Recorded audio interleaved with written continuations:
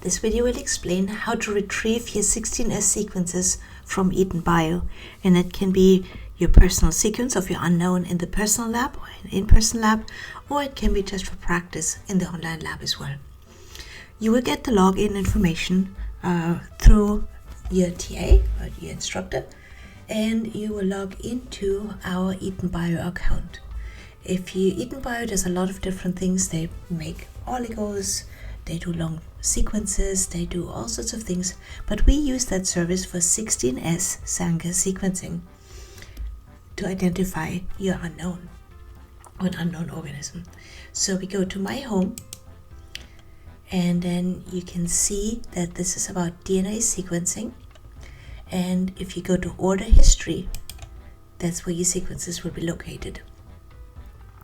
The one we just submitted has not come yet. The information isn't available, but you will get some information exactly about which order number you will have to retrieve your sequences from. So let's go to the previous one, and you can see all the different information. It is really important to understand the quality of the sequences, and if you scroll through, you can see that some sequences are better and some sequences have worse quality control scores. So the QC value, the first one, is how good the sequence is, and that's often, we'll look at a sequence in a second, but that will show you how reliable it is, the information you get from this sequence. The second quality control information is the length.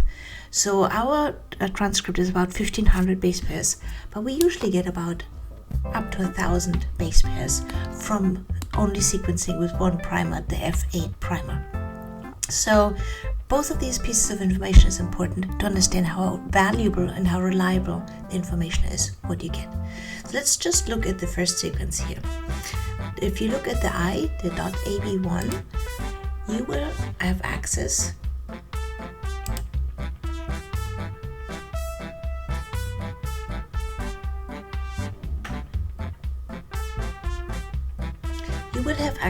to the sensogram. So that's a sequence for each nucleotide. And let's make this a bit smaller. And you can see this is usually at the beginning it's always a little bit messy, but then at base pair like 15 or 20, you can see that for most nucleotide you get one sharp peak, and that's really important for the instrument to read and determine the sequence. So this is a great sequence and very, very reliable.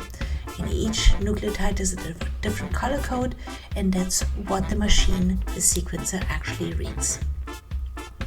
So with this one, you have good quality score and you have good length. So now you can just go to the sequence and then copy the sequence, and we can analyze it using BLAST. But let's go back quickly and see, look at a sequence that's not so good. So again, let's look at the sensogram of the sequence from student number 3. And you can see that this is really not looking very good. And the reason could be that it wasn't a pure culture. It could be that there's different organisms mixed together. It could be that the DNA wasn't isolated properly. It could be that the PCR amplification didn't work. So again, really think through what could have happened. But you see that there's no clear peak at any one site. So if you go through, so this is really not reliable. If you would blast that sequence, whatever sequence you get, would probably make a lot of sense. Okay, so it's really important to understand how good the quality of your sequence is. And once you have your sequence file, in the case of this one, or you can also get sequences from the NCBI and from other databases, you can then actually go ahead and analyze the sequence. So in the next video, you'll find out what this nucleotide letters actually stand for. Because just looking at it, there's no way that you could identify what it is. But hold on tight. We'll find out what this organism actually is.